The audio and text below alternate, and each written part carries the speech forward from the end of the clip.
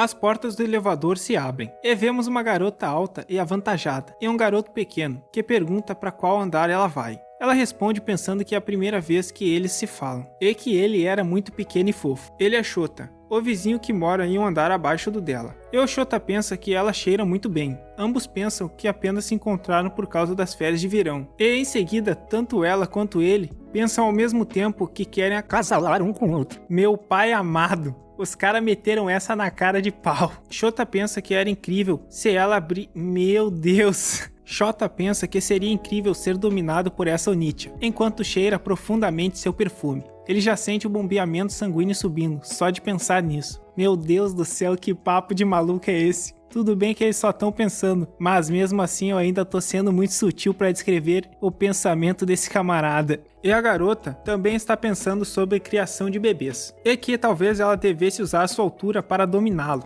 Ela pensa que quer acelerar como uma louca com ele, e que ela quer um tal cajado dos deuses dele. Não sei ao que ela está se referindo, mas beleza. Daqui pra frente é só pra trás. Ambos pensam que vai ser difícil deles se reencontrarem depois das férias de verão. Não é possível, esses caras são clone um do outro. Eles pensam literalmente a mesma coisa ao mesmo tempo. Alguns dias se passam e descobrimos que eles na verdade possuem a mesma idade. E agora são colegas de classe. Viva o roteiro! Ela pensou que ele era... Nossa senhora, calma lá, filha.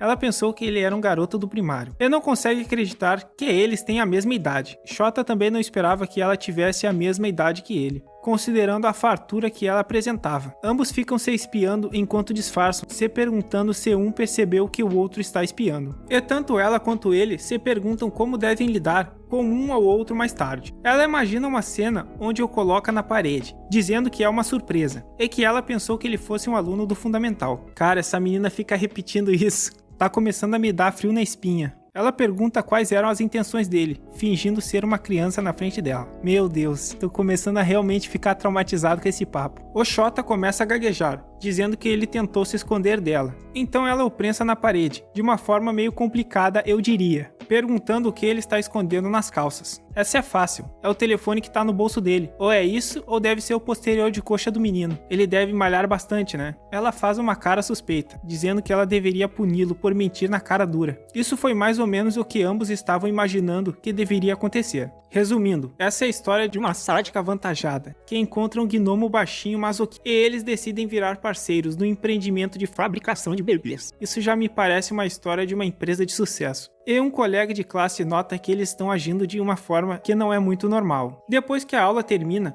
ele está ansioso para falar com ela, quando de repente ela se aproxima dele, pedindo para caminhar para casa juntos, já que os dois moram no mesmo prédio. Isso o pega de surpresa, mas ele aceita a oferta. No caminho, ele está pensando por que aceitou a oferta sem hesitar, e dá uma olhada na altura dela, e também como ela parece madura. E ele tem alguns pensamentos não cristãos sobre os atributos dela, já que não consegue acreditar que um aluno da mesma idade que ele parece tão avantajada quanto ela. Quais são seus atributos? Eu sou gostosa. Eu tô escolhendo com cuidado as palavras que eu tô usando, porque eu preciso me alimentar, mas tá difícil. Ele percebe que ela ficou quieta o tempo todo. Talvez ela queira que ele inicie a conversa, mas isso não é o caso, já que ela está congelada porque não sabe o que falar. Ela apenas o convidou sem pensar muito, e agora ele provavelmente está pensando que ela foi rude, por não dizer uma única palavra. Então, para evitar que ele viesse com o primeiro tópico, ela perguntou a idade dele, se arrependendo instantaneamente por ter feito uma pergunta tão idiota. Ele ficou um pouco confuso com a pergunta, mas respondeu, de qualquer forma, com um movimento que seu pai lhe ensinou, e com uma expressão e gestos fofos. Ele respondeu que talvez não parecesse um estudante do ensino médio, mas que realmente era um, e parece que essa tática funcionou bem nela. Dentro do ônibus, descobrimos que ela se mudou para esta cidade por causa do trabalho de seus pais, e não está muito familiarizada com a cidade. Então ele se oferece para ser seu guia da próxima vez, já que a escola é bastante próxima da cidade. De repente alguém acaba a empurrando, e ela acaba com os produtos na cara dele.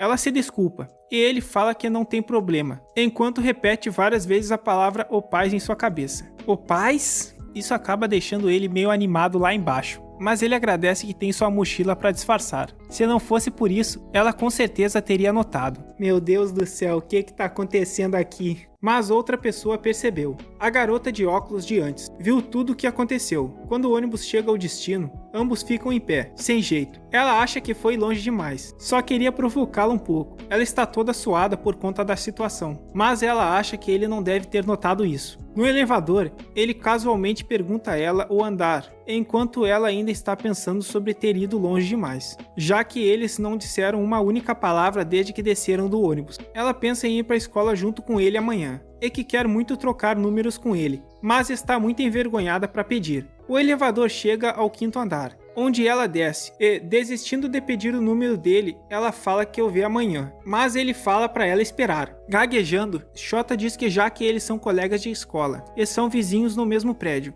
ele pergunta se eles poderiam trocar seus números. Prota artilheiro, Shota com iniciativa, hein? E esse poderoso ataque do Shota quase mata do coração. Ela cai no chão por esse movimento inesperado dele. Ela quase perdeu o controle e começou a pensar em arrastá-lo para sua casa, que fica logo ali no canto. Ele pensa que talvez ela não queira trocar números porque eles se conhecem há apenas um dia. Mas fazendo uma cara séria, ela diz que isso absolutamente não tem problema. Então ela pega o número dele, enquanto faz uma cara muito suspeita. Em casa, os dois fazem sua rotina, e quando a hora de dormir está chegando, eles procuram na internet alguns vídeos que combinam com a aparência um do outro, e começam suas ações. Meu Deus, eu tô ficando com medo do rumo que isso aqui tá tomando. Na escola novamente, ela chegou cedo demais e se arrepende porque poderia ter ficado andando perto do elevador e tentar fingir esbarrar com ele por acaso. Desde que a aula começou, ela fica pensando num plano de ataque, enquanto pensa que seus dias na escola seriam chatos. Então ela está prestes a agir em um plano que ela criou na noite passada. Mas o professor interrompe eles, anunciando que todos os lugares serão arrumados antes de começar a aula.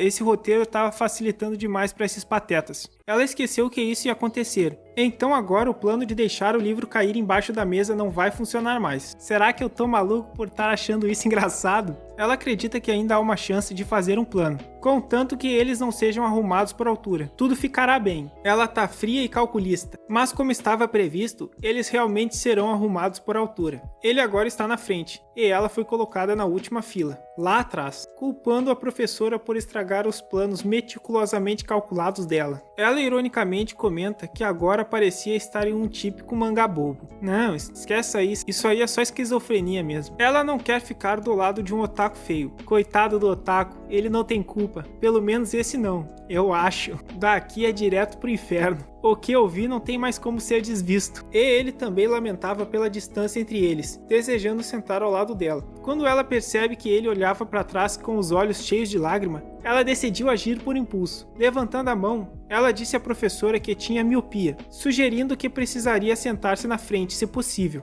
A professora começou a ver os assentos disponíveis, mas ela a interrompeu, indicando exatamente os lugares e a fileira que a deixaria exatamente onde queria. Ah, juventude! A professora aceitou, e ela diz ao seu colega que foi apenas coincidência eles terem ficado juntos de novo. Ele, por sua vez, fica se perguntando se foi mesmo coincidência, ou se ela fez de propósito, mas não fazia sentido ficar pensando muito sobre isso. Então uma garota levanta a mão e fala que esqueceu seu livro. O professor, confuso, fez piada, perguntando se ela veio para a escola com uma bolsa vazia. Esse é o estudante colegial médio. Ela responde que sim, e o professor pediu que ela levasse suas coisas para frente da sala, para nunca mais esquecer o livro novamente. Nossa protagonista meio maníaca está feliz porque agora poderia seguir o plano perfeitamente calculado, e a garota de óculos ao lado percebeu que estava sentada ao lado do casal depravado que viu antes no ônibus, enquanto pensava que quem acompanhou a história poderia apoiar o canal se inscrevendo e deixando um comentário, caso queiram ver a segunda parte dessa história. Dale!